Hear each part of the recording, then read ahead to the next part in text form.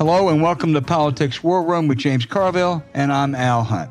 This week, our guest is Arizona Congressman Ruben Gallego.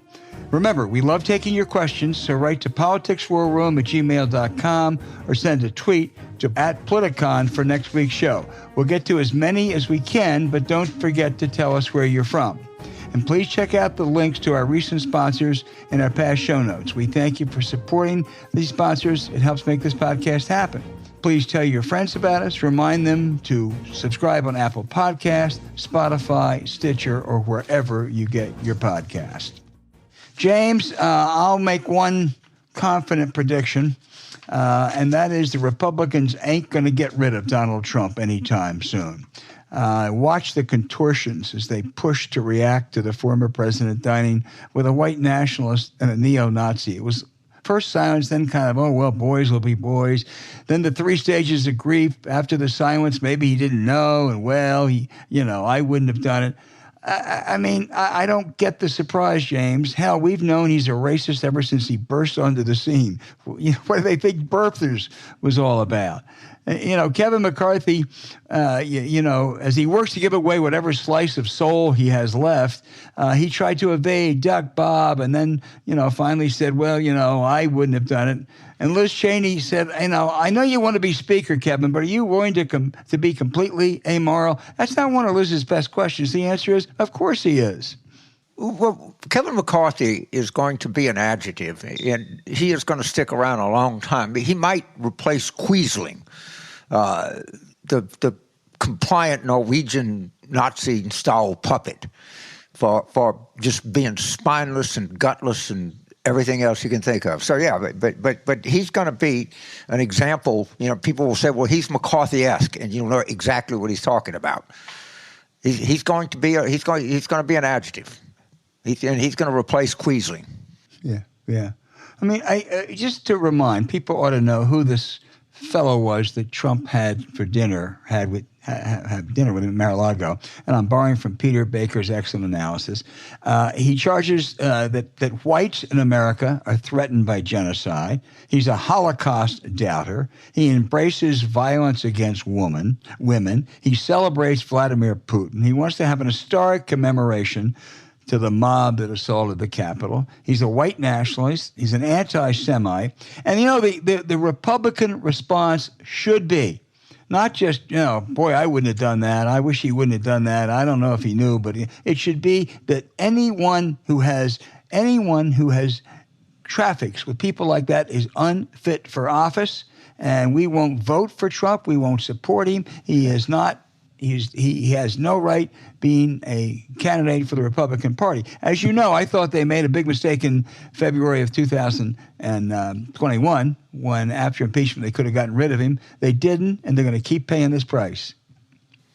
Well, none of this is surprising, okay? They're just trashy, racist people. If I could see one thing, if I could have been a fly on the wall, I would like when Yee said he was running for president, would Trump be his vice president? Trump started screaming at him. You got to find some humor in this because it's all so depressing, and it's always the same thing. How spineless can Lindsey Graham or Kevin McCarthy or anybody else be? And, of course, there's no bottom to their spinelessness. Ted Cruz, after somebody calls your wife a hag and your father a murderer and you go crawling up to him, you look at Ted Cruz and you don't see a man. You see a glob of protoplasm. Ask me to get it. I don't get it. But what I do understand is these Republican voters like this. Understand that. It was a popular move for over half the Republican Party. And the voters are controlling the politicians. It's all it's depressing, but true. Well, there's a notion around that Trump had a bad election. And on one hand, he did. A lot of his candidates lost.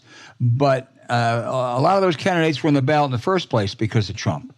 First some of them won. They won in Ohio. They won in North Carolina Senate races.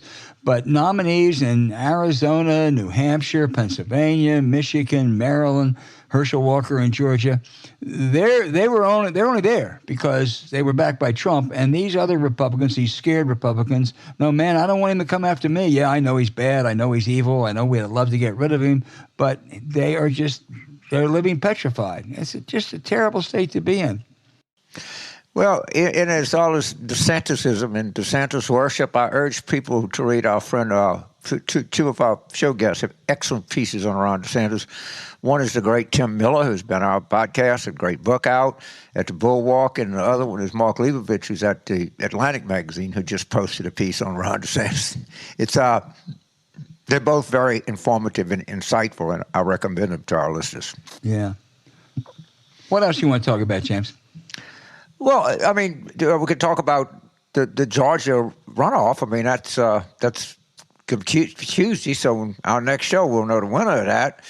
And I got to say, I don't like predicting elections, but Warnock has run a really good campaign, and his ads have been really good. He's campaigned all over the state. He's been very aggressive at pointing out Walker and Walker's flaws and that kind of thing. And I do think Warnock's going to win. And if it does, his campaign is going to be a tutorial in how to run a campaign.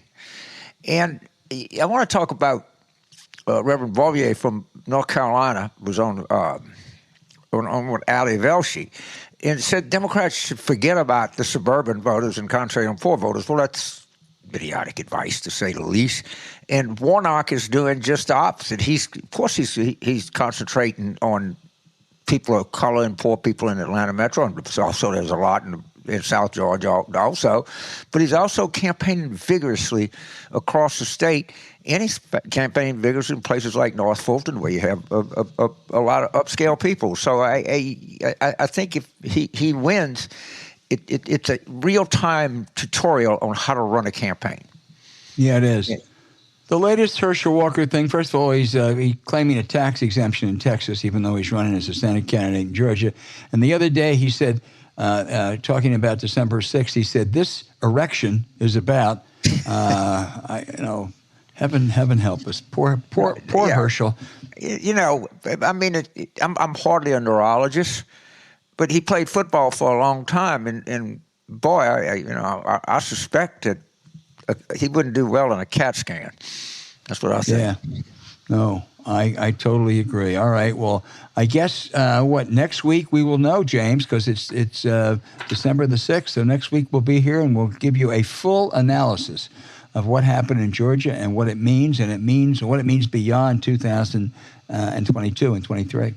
Right. Now, I hope my optimism is not misplaced, but we'll see. Yeah. Yeah, me too.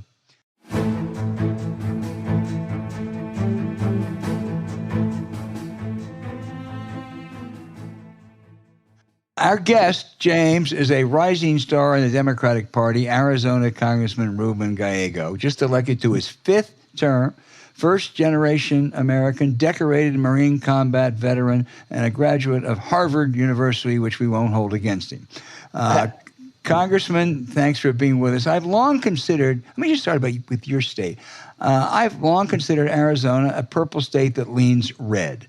This year, Democrats won the governorship, all statewide offices. Mark Kelly was reelected handily to the Senate. Progressive initiatives on dark money and tuition assistance for undocumented students was approved. Arizona really is purple leaning blue now, isn't it? Well, it is, and it kind of always has been. It's just been trying to get the rest of the country to understand that. But what we saw, a couple Tuesdays ago is that the Democrats that had the funds to run good campaigns won. The campaigns that didn't have that much support didn't win. So we know that there is I would call the Mendoza line of politics for Democrats in Arizona. It's probably around 48%. That's where Democrats are starting at now. And that's a great place for us to start compared to where we were in the past. There is no place more affected by the border controversies than your state. Senator Kelly said National Democrats just don't get the situation. Title 42, the Trump policy, the mean policy, it turned away 1 million migrants and probably played a role in separating parents from kids. That expires next month, and some are expecting a flood of new migrants. Is the administration prepared for this, and what more would you like to see them doing right now? Well, I don't know if the administration is prepared for this. I'm not sure you can really prepare for it, but what they should be doing, if that's what you're asking, is number one, they need to rush as much support to the local cities on the border, right, that actually are dealing with the influx of these migrants. Now, you're going to hear the stories come up and hear about how these like local cities are unhappy and are anti-immigrant. That's not the case. A lot of them are very much sympathetic, but what they don't, like anyone else, what they don't want to deal with is the chaos it causes, right? So number one, we should have money going to these cities to help them deal with the influx of humans. Number two, we should make sure we're backing a lot of the nonprofits to help them, accelerate the movement of these asylum seekers and accelerate the movement outside of these local areas, because these are small towns. I mean, this is, even El Paso is a relatively big city, but still a small town in terms of dealing with these types of populations. These are small towns, very much, very, very, very low resources. So when you bring in 100, 200 people, you're going to start ruining the system. So help them out. And number three, we need to just follow the law, right? And it's very simple. Until we change the law, which I think we should through Immigration Reform Act, get judges down to the border and help adjudicate sooner who has a right to be here and who doesn't under refugee status, right? Because if not, then you have this pent-up demand and you cause this, what you show is chaos on the border is what people don't like. But the other thing that we should also take note is that the messaging that Republicans used regarding the border was also unpopular. They went overboard. They went too stupid, right? Mm-hmm. There's like certain level of stupid, and then they went really, really too stupid. And so while Senator Kelly is right that we need to have a better message on the border and we need to think about the border in a smarter way, the Republicans still don't got it. And I think they thought they had it based on 2020 numbers, but it didn't stick. As a matter of fact, they lost, a lot of the seats that they were hoping to win along the border. So it's one of those little nuances people don't understand. Like, I've lived on the border, on the Mexican side, on the American side. There's a culture there. It's a border culture there. There's people that have lived there for hundreds of years that are American, that are used to going back and forth. And guess what? They don't like being vilified. So when, the Republicans are talking about the dangerous border, it actually hurts their business. These are people that have businesses on the border, and they deal with the problems and the fallout of it. So it's not as simple as I think they're trying to make it out. The Republicans are trying to make it out. And I think people have to understand that there is along that whole border, there's a lot of families that have generational ties to the other side. And they look at the border not as black and white as other people do. They see it as an asset. If you go to parts of Nogales, like the economy on the border is booming because of cross-border traffic. And they want to see some, order, but at the same time, they don't want to be vilified because they live on the border. Well, they're now talking about, the Republicans, that is, they're talking about next year when they're in control of the House, they're going to impeach Homeland Security Secretary Mayorkas. What the hell is that all about, Congressman? Well, look, the reason they're going to do it is because they have no solutions. So instead of having solutions, they're just going to light the scarecrow on fire and try to scare everybody away. But that's not going to solve the problem at the border. The way to solve the problem at the border, they can't sell to their own caucus, right? They can't sell comprehensive immigration reform to their caucus members. So instead, they're going to do this mock impeachment that's not going to go anywhere. But I mean, that's what Republicans are going to do. Like they have no solutions, so they only have theatrics. That's all they're going to be doing next year, over and over again. And I wouldn't be surprised if you see a bunch of other cabinet members get impeached as time goes on, especially as they have less and less solutions. And when you're the ringmaster of a bunch of clowns, it's hard to keep them all inside the tent. And, if McCarthy is speaker, which I think is questionable, keeping those clowns in line is going to be very, very difficult. And the only way you could do to keep them is to keep them entertained. And that's going to be hard to do for 2 years. James. So, Congressman, how do the caucus feeling about Hakeem as our new leader? And do you expect that he's going to grow into this job, or give us some insight on And also we have new leadership, which is always frightening. I think it's a kind of a strong statement that there was no opposition to Hakeem and the leadership team, right? Considering how diverse the Democratic caucus is, from regionally, ethically, ideologically, we all, for the first time in a long time, Democrats are in array, right? And so I think he's going to do well. I think he's going to be a great leader. I think, especially nowadays, where your leadership is entirely also dependent not on just organizing the caucus, but also the outward messaging, right? Talking about democratic values, talking about the Republicans. I think he is going to be well attuned to that, and I think he's going to have the footprint and the podium to do that and to really push back against Republicans who are, I think, a little better than we are when it comes to messaging. So not every day, but several times a week, I get a call and says, you're friends with Congressman Gallego. I hope that guy runs for the Senate. Are you open to the idea of running for the Senate in 2024? I know you're not going to announce. Yeah, no, I am open to it. I have been very much transparent about that. Right now I'm just going through the process, talking to my family, because that's the first step.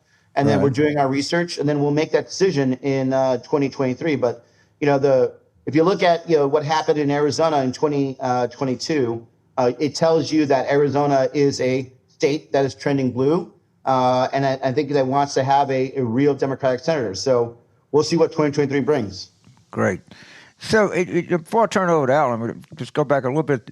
People, if you do a poll, people like the idea of immigration. All right, they don't like the idea of disorder. All right, correct. Yeah. They like the idea of civil liberties. They don't like the idea of crime.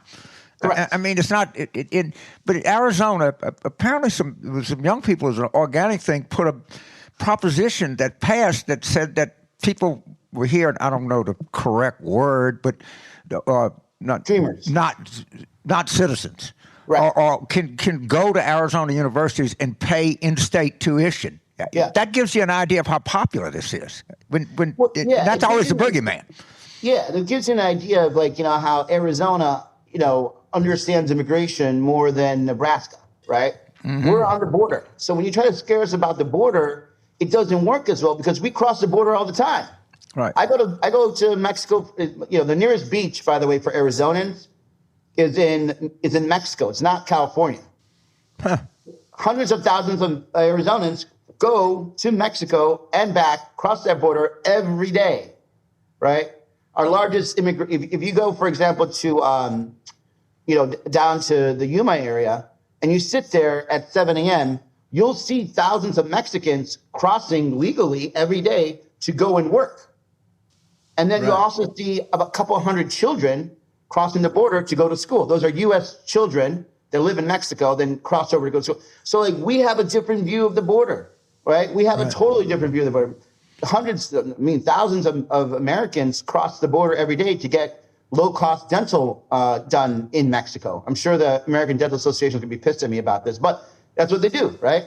So there's this whole, demonization that happened there that, these guys, these white, consultants from New York and Washington, just came up with this idea, like, all right, let's do this. That's going to work in Arizona. Like, no, it didn't work because we understand the nuance, right? And so when we put the ballot proposition on there, led by the DREAM Act Coalition, a lot of friends of mine, I used to call them young. They're no longer young. Now they're in their 30s.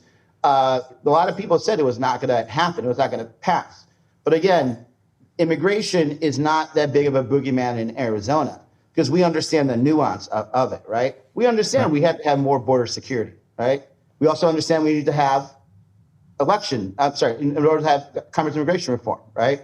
We understand that we should have border walls where it's appropriate, but we don't want border walls everywhere where you don't need one, right? That's the balancing act in Arizona that I think a lot of people don't get. I mean, I also think a lot of people on the left don't get how Arizona voters think about immigration, but I certainly think that Republicans just really don't understand it at all. And by the fact that we voted overwhelmingly to give DACA students, DACA recipients, Dreamers, the ability to pay in-state tuition by popular vote. And by the way, give you guys an idea how much Arizona has changed. In 2006, when we actually, when it was put up for a ballot to stop this Dreamers from getting in-state tuition. It passed by more than 60%. Right, so that's how much Arizona has changed in those 16 years. That it went from a 60% pro ban to, I think they ended up winning by 52%. And that's kind of, where Arizona has really kind of been moving quite a while. Very, very insightful point. Very insightful. But before I turn it back to Al, well, what's going to happen on this rail strike legislation? I mean, I was listening. Actually, I'm not the biggest Bernie Sanders fan in the world, but I do think he's a honest guy. And these union railroad workers don't have any sick leave. Yeah, and they're asking for 7 days. I mean, that to me, that seems like eminently reasonable. That you have a contract, and these people have no sick, so they get COVID, or the wife gets to have a baby, or they get sick, they break an arm, or God knows what happens. I mean, that sounds outrageous to me.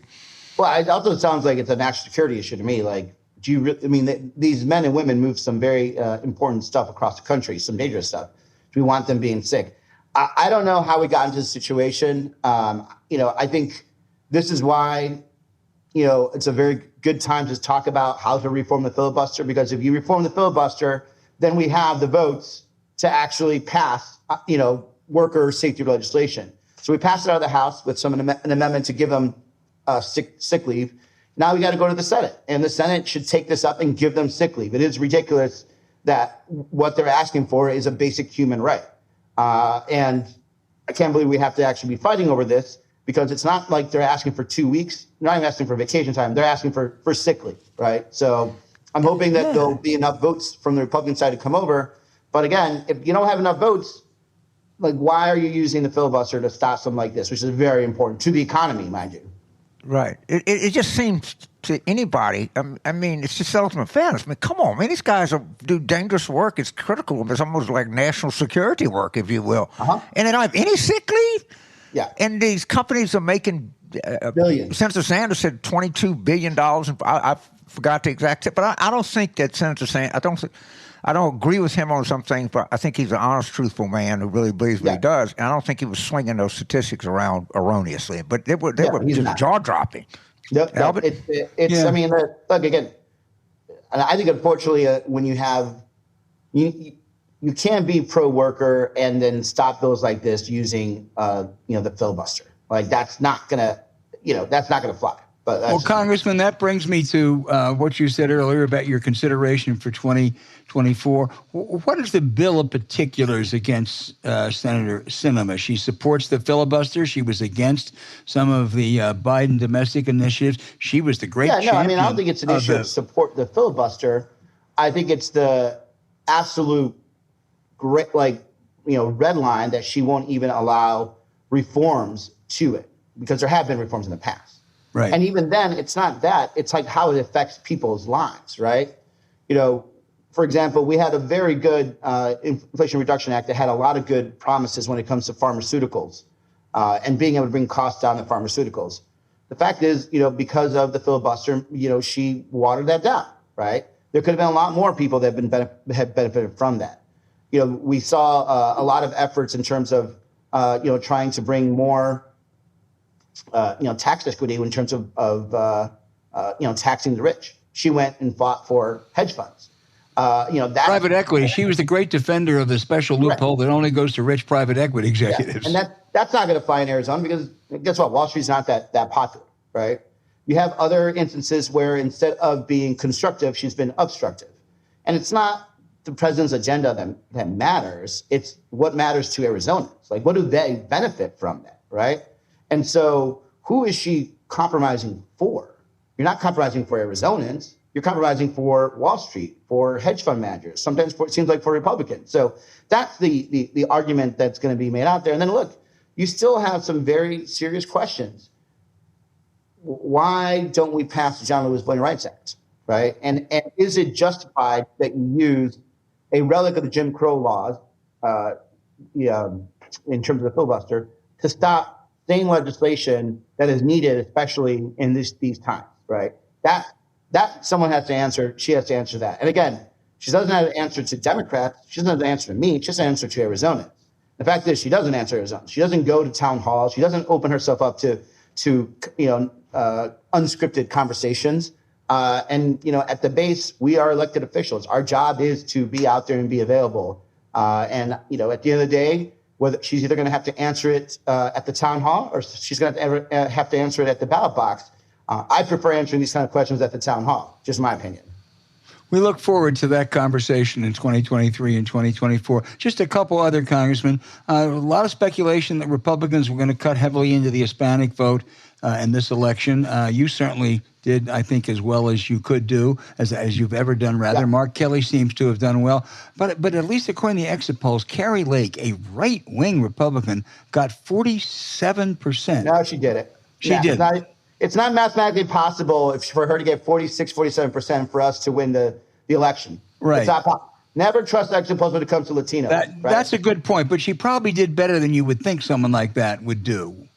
I mean, not really. Look, in Arizona, you don't win as a Democrat unless you've overwhelmingly won the Latino population by close to 64%, right? Right. So I represent the largest Latino population in the state. In my district, Katie Hobbs hit close to 75.6% support. The only person that did better than her is me, right? Mm-hmm. So that tells me that she hit the mark that she did. Now, did she do as well as Mark Kelly? No, but she probably only trailed him by 3 points, and she had less money. So this whole bullshit about like Carrie Lake breaking in, it didn't happen. Didn't happen during the election. I was saying it wasn't going to happen in the election. It was like this, it was wish casting, both by the Republican politicians, but also by pundits that wanted to believe it because they needed to follow this narrative. But it didn't happen. It didn't happen anyway. The only place it happened is Miami, and that's because Democrats were outspent 5-1. So you're actually going to end up having that. But Latinos performed in Arizona, they performed in Nevada, they performed in the Rio Grande Valley. So, it was a lot of wish casting. And now where are all these pundits that were saying it? They haven't gone back and like, well, looking at the data. No, they cite exit polls, and exit polls don't even match precinct data. So exit polls of Latinos are bullshit. Data is data. Data is real. If you look at what happened in terms of turnout, in terms of who voted, Katie Hobbs did extremely well with Democrats, and Carrie Lake did not. Well, it's good you clarify that, and I'm not going to cite exit polls anymore on the other.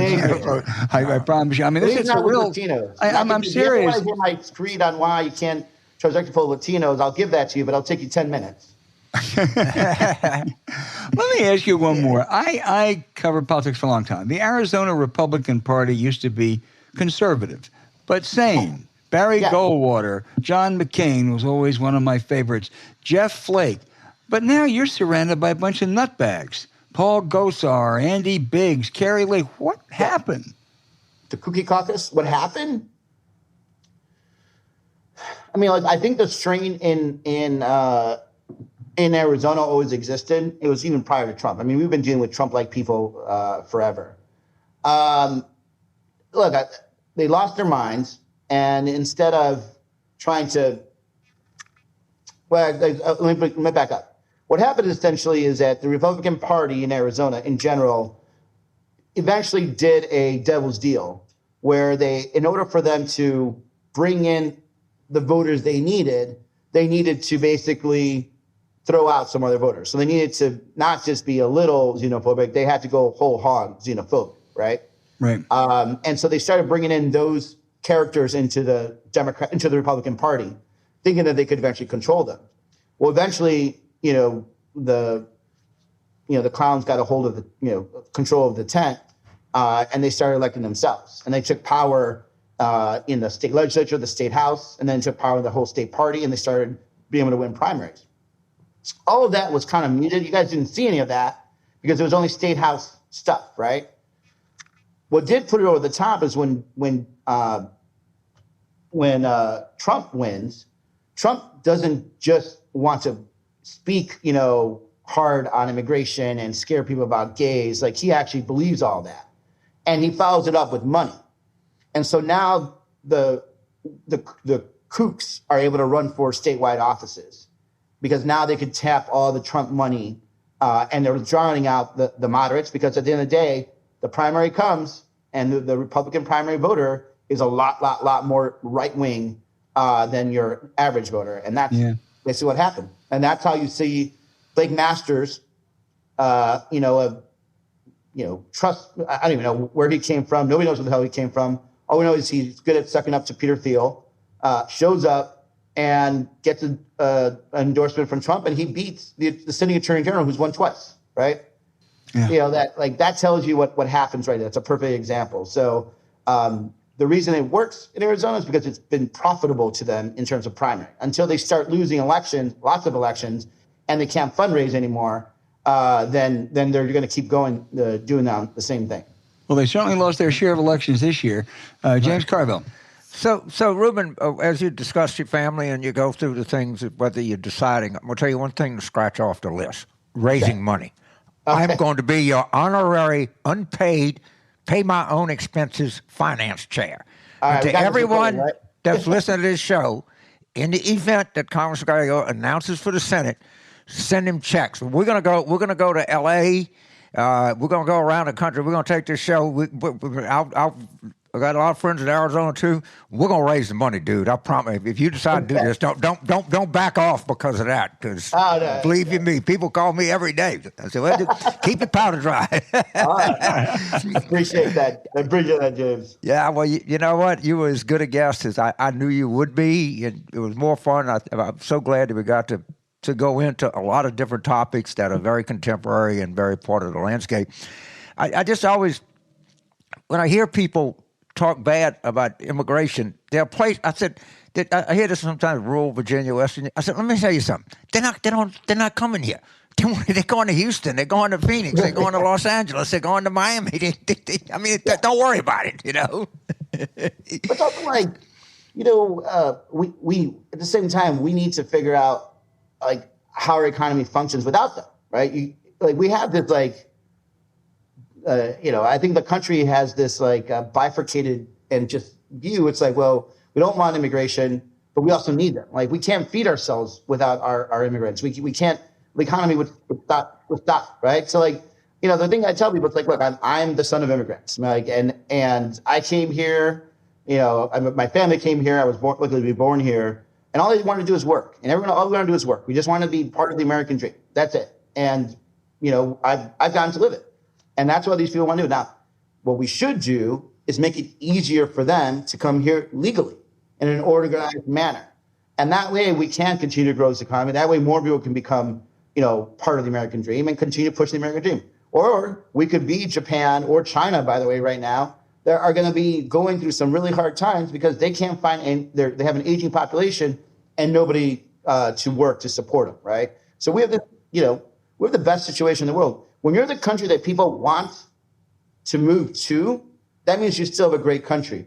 When you're the country people are trying to move out of, that means you have a declining country. Right. That's great. So before I let you go, because there's so many things I want to talk to you about, but I'm just asking a couple. Because I know you're interested in national security, serve on committees. You were in the Marine Corps, that counts for. The Army is short 20,000 on its recruiting goals. Yeah. All that can meet its recruiting goals through immigration. I mean, people immigrating in this country are much more likely to serve in the armed forces than people living here. Do you think that we're going to stand by Ukraine, or is it going to be really? By the way, I recommend an article by Anthony Cardsman. He's at the Center for Security and International Studies or something like that. It's just stunning what a good political issue this is.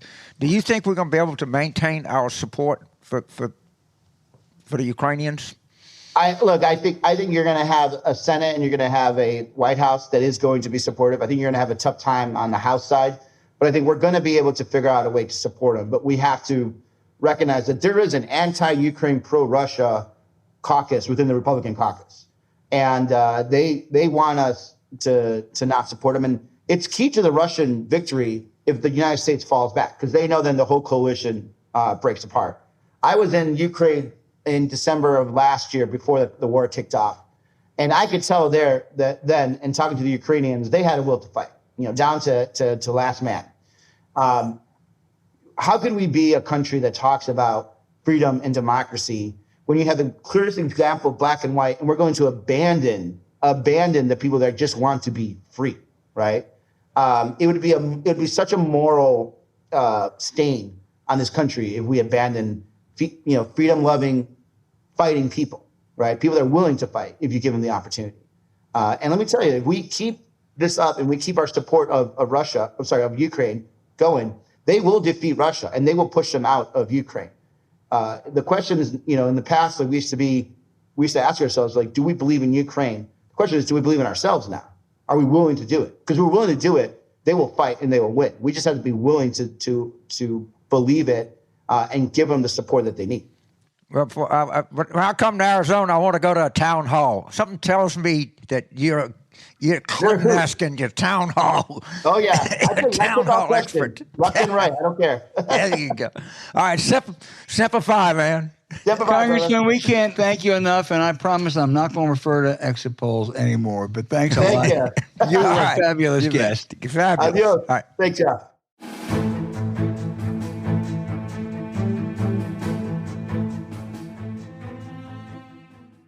All right, James, now for our listener questions.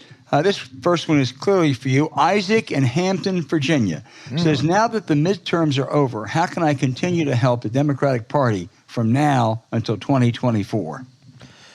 Well, we still got one left in Georgia, so to the extent that you can send a small check, or you might, if you know some people in Georgia, have relatives, anything like that, you can call them and urge them to vote. And then after that, Virginia's, pretty competitive House seats there. They are, in Hampton Roads. You got a lot to do in Virginia. And we got a great state party there, the state party chair, Susan Swecker.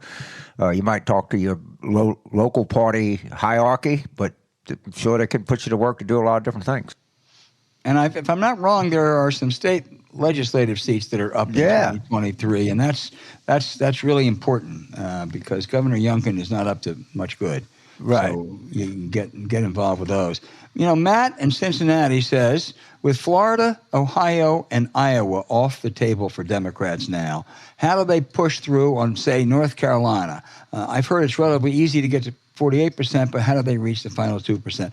It's a state, as James knows, that I know a little bit about. I went to college down there, spent a lot of time. My son worked in a campaign down there. They lost. It was disappointing. But of all those states, if the Democrats want to add anything in a close election for 2024, North Carolina is number 1, 2, and 3. It's a much better bet than Iowa or than Ohio or Florida, and it's hard. The one thing they could do is not listen to the Reverend Mr. Barber on politics, maybe on morality when he says ignore suburban women and suburban voters. The party has got to do a better job of registering more voters, convincing suburbanites, as well as registering more young people. And their money made a huge difference. The Republicans in that campaign this year had $53 million more of outside spending. I think with something close to an even playing field, that North Carolina is a winnable race. It's tough. It's really tough. But Obama won it in 08. Democrats could win it in 24. I can't think of another state, James, that they lost in 20 where they have a better shot for in 24. Well, look at, we got Ruben Gallego coming to Arizona. Arizona is Democrats have won a lot of races in Arizona. We never thought that would happen because the demographics in Arizona changed. Same thing in Georgia. We're probably going to have 2 Democratic senators from Arizona and Georgia. Even a Democratic governor in Arizona and carried both. And the natural flow is going to come to North Carolina. I have no doubt that North Carolina is going to be a blue state at the end of this decade, but that's not good enough. We can make it blue in 2024. And I'm having lunch in New Orleans. Morgan Jackson, who's Cooper's top guy, is coming to New Orleans for the DGA, and I'm going to find out from Morgan what do people think, how we can get as Admiral Strategies says that the extra tactical mile. That's all we need is the extra tactical mile, and I think as I run through things in my head, I'm pretty sure that you're right that North Carolina is got the best chance of being the new Arizona or the new Georgia. Yeah, and they got a good governor. Morgan Jackson works for Roy Cooper. And I think, and they now, and the threat is greater than ever because the Republicans sadly took over that state Supreme Court, which is a check on some of the excesses of the state the state legislature. So they have to win the governor's race in 2024. That's absolutely critical. And absolutely. If you do that and you make a big effort there, you got a shot at the presidential level. We don't know who's You sure do. But anyway, the next question is, this is from Nick in Stogumber, England. I think or it may be Stogumber. I've never been to Stogumber, England. If I have, I didn't know it. Right. He says, I'm always interested in the parallels between the Labour Party in England and the Democratic Party. The far left of the Labour Party have always been more interested in fighting each other or the Labour moderates rather than taking on the Conservatives. Divided Democrats who refuse to accept their differences are a big threat. It's just like the Labour Party, isn't it, James? Well, if you remember, in I think it was 1983, Michael Foot wrote the Labour Party manifesto, which was referred to in the British press as the longest suicide note in history. I mean, the Labour Party has this really self-destructive inclination. I think they're going to win if they go to post, and I forgot how much time they have, but they got the Tories have another couple of years. If they went to post right now, Labour would have 70% of the seats in House of Commons, and as long as they don't do stupid things. That's what Martin Wolf said. Britain has got to stop doing stupid things. Well, the Labour Party has done a lot of stupid things in its history. Hopefully, it doesn't do it, and they'll get back into power. Well, that's right. It depends on, who holds the upper hand in that party. I mean, Tony Blair and Gordon Brown did well by the Labour Party. Michael Foot and Jeremy Corbyn were disasters. Well, this new guy, Jeremy Corbyn was a tutorial in what not to do. Exactly. And, of course, he was being hailed by the American left. Yeah. Which I don't know who's dumber, the American left or I think the UK left is dumber than our left, but it's close. Because our left is counterproductive in politics and naive and sometimes stupid. Their left is really more insidious. Jeremy Corbyn was really kind of a Putin kind of guy. I think they're worse. James, our next question is coming from Shane in Minneapolis, Minnesota. He says, has the narrow Republican win for control of the House while Democrats maintain control of the Senate given the GOP all the rope they will need to hang themselves in 2024? Good question, Shane. Will Republicans taking the House end up being a Pyrrhic victory, and how would you coach Democrats to capitalize on this vulnerability? The first thing I would do is, if you're a Democrat in the House now, you understand you're not going to do any legislating. So don't think, well, I'm going to propose this. You can propose it for the home folks if you want to. It's going to be all about demagogic hearings and phony investigations.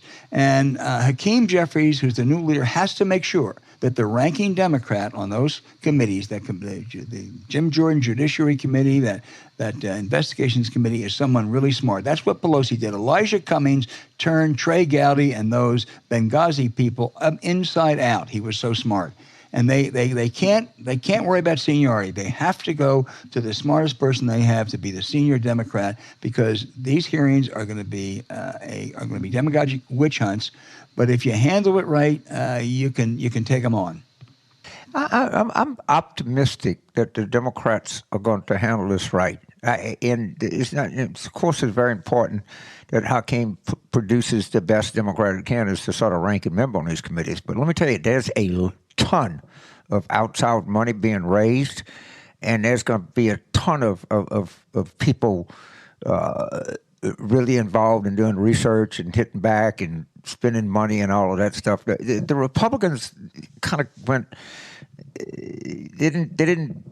Weren't that smart on the Obama, Benghazi and that kind of stuff. We're going to hit back, and I think they got some smart people that are doing this, and I think we're going to hit back pretty hard. I do. I predict that we do a lot better in these hearings than people think, than we traditionally do. Well, no, I would just differ. I think traditionally sometimes we've done quite well. We did quite well with Elijah Cummings and before. And if you go back to Dan Burton and some of those crazies 20 years ago, people like Phil Shalero turned them inside out. So we're going to do good this time. And I agree. I agree with you. Tom in Myrtle Beach, I guess he's picking up on last week's great show on Dark Money. He says, the problem with money in politics just Republicans, or are there Democrats who are part of it and may deserve to be primaried? Repeat the question. I'm sorry. It is the problem with money in politics is it just Republicans, or are there Democrats who are part of the problem and maybe deserve to be primaried? Well, everybody is part of the problem. Right? There's no doubt about that. But the Republicans are so much more part of the problem, and they are zero part of the solution. I mean, Citizens United was it was utterly disgusting. It was all done by Republicans. And if you think about it, if you're polluting, there's a lot more money you can make by polluting than you can make by stopping polluting. But of course, both sides do it. But one side does it way more than the other side, and that side doesn't want to fix it. It doesn't want to do anything about it. Mitch McConnell is totally adamantly opposed to any kind of campaign finance reform or anything like that. So, yeah, it's correct to say both sides, but to say both sides do something, is both sides break traffic laws. One travels 70 in a 65-mile-an-hour zone, and the other one runs through 70 miles an hour in a school zone. Well, both are guilty of a traffic violation. It's true, but it's a lot different. Yeah, you're absolutely right. Sheldon Whitehouse said last week, and by the way, anybody out there who didn't hear last week's show, we did the entire program on dark money with Senator Sheldon Whitehouse, the New Yorker's Jane Mayer, and Arizona's Terry Goddard, who led the effort to ban or led the effort to have to disclose dark money in that state. And you ought to go back and listen to it if you haven't. And as Sheldon Whitehouse pointed out, he has a bill. It says just disclose big amounts of money. Doesn't affect whether you can give them or not. And every Democrat in the Senate voted for it. Every Democrat in the Senate, every Republican in the Senate voted against it. Pure and simple.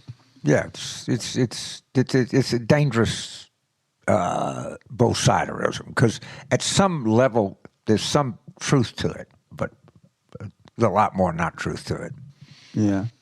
Mark in Vinton, Iowa, said in 2020, experts were surprised at how many millions of people who typically never vote turned out for Trump. It was really true in 2016.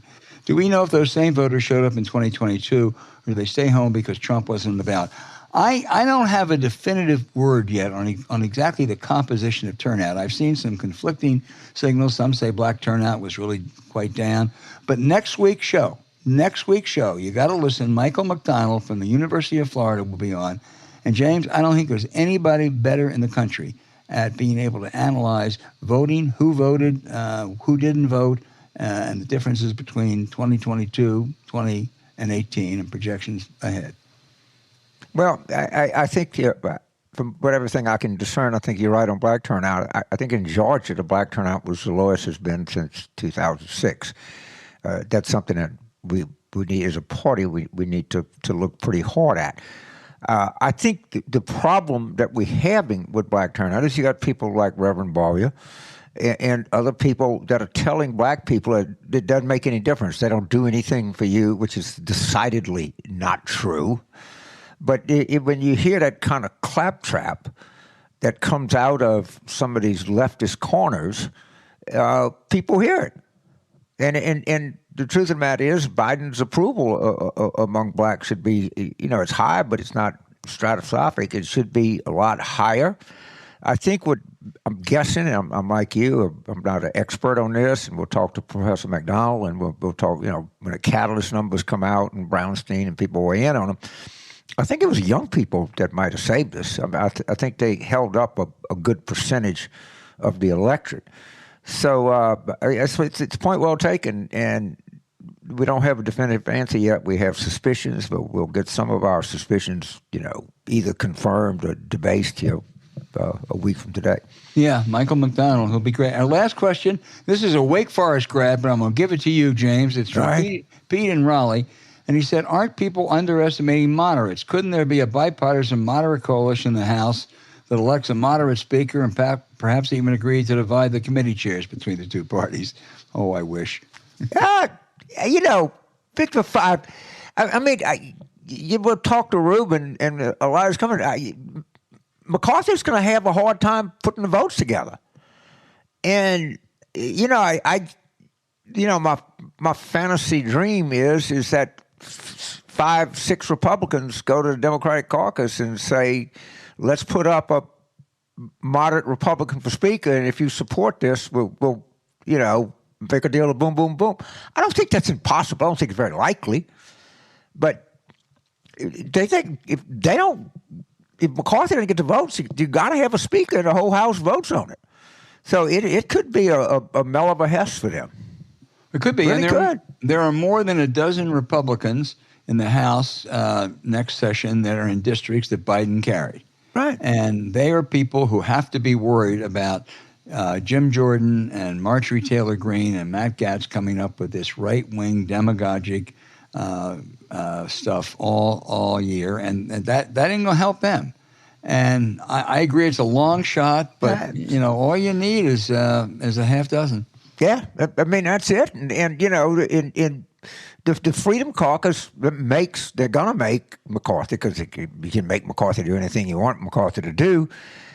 He comes up with a bunch of stuff. We can't do this. The House can't operate under this conditions. And boom.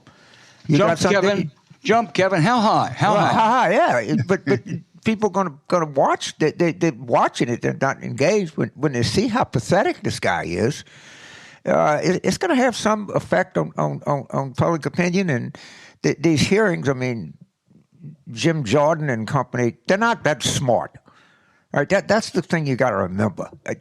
Marjorie Taylor Greene or Lauren Boebert or Paul Gosar or any of them, the Clay Higgins, Louis Gohmert, I don't think he's back. They're not particularly, they're kind of dumb people. We miss Louis. Hey, thanks for your questions. Please keep them coming. We'll get to as many as we can. Don't forget to tell us where you're from.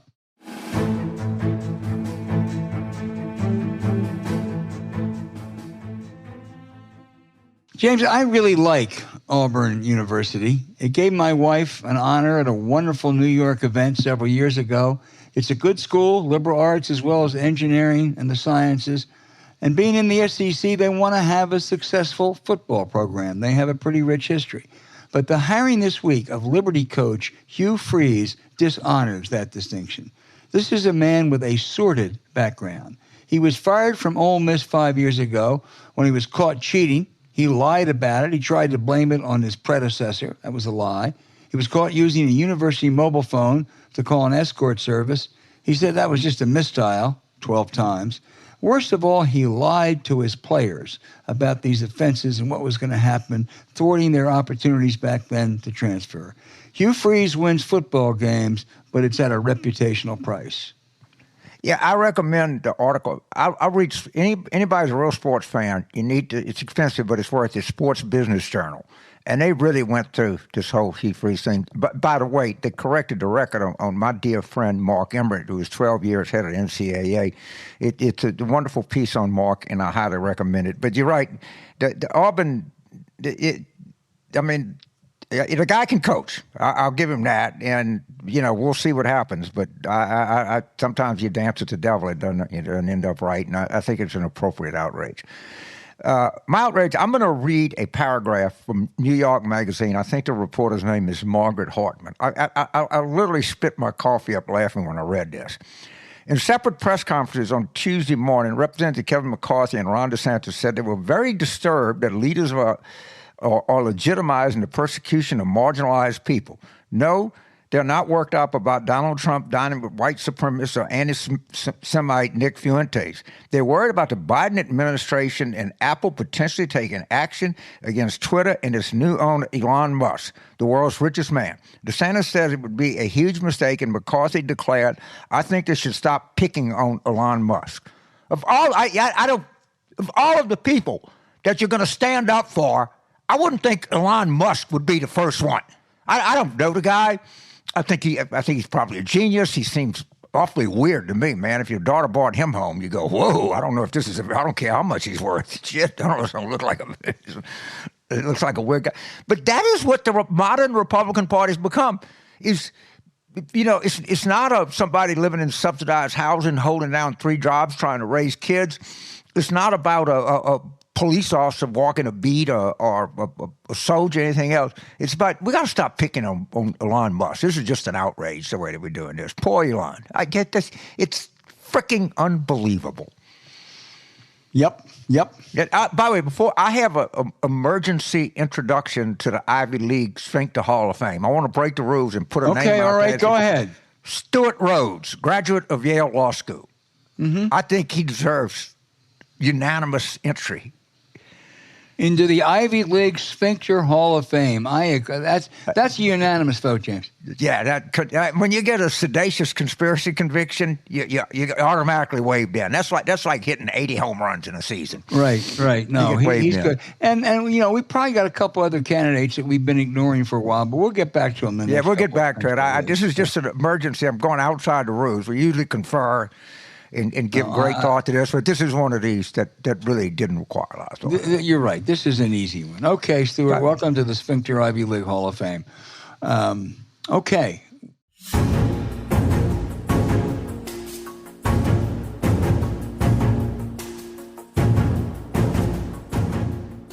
Hey, thanks for listening to Politics War Room with James Carville, and I'm Al Hunt. Don't forget to send your questions for us by email to politicswarroom@gmail.com or tweet them for next week's show at Politicon. Following this episode, we'd appreciate it if you check out the links to recent sponsors in our show notes. We deeply thank you for supporting them. When you do, it helps make this podcast happen. To keep up with us, subscribe to Politics War Room on Apple Podcasts, Spotify, Stitcher, or wherever you listen. Please rate the show with a 5-star review. We'll be back next week with another show as we continue our War Room planning.